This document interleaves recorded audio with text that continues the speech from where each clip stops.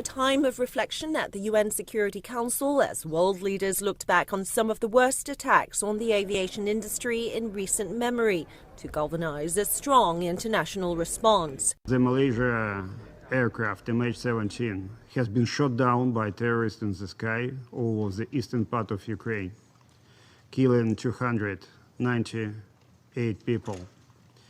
And this terrible atrocity is a potent reminder of the gravity of threat to the civil aviation.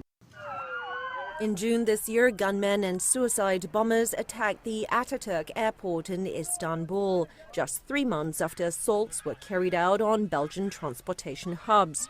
And there have been others as well. The attacks on airports in Brussels and Istanbul, the destruction of the Russian Metrojet aircraft over Sinai last year, and the explosion on board a Diallo Airways flight from Mogadishu in February. All these outrages posed a serious threat to international peace and security.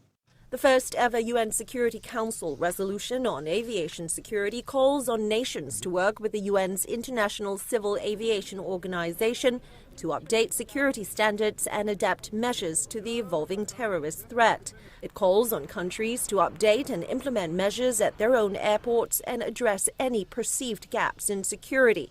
It also urges tighter screening procedures and airport checks and better sharing of information on possible threats, as well as techniques for detecting explosives. China's Fang Liu, who is the Secretary General of the UN Aviation Agency, the International Civil Aviation Organization, told the Security Council this session that every day more than 100,000 flights take place, carrying about 10 million passengers, and that adds up to about 3.5 billion passengers traveling every year. And that volume is expected to double by the year 2030. So aviation security is one of the highest priorities for the agency.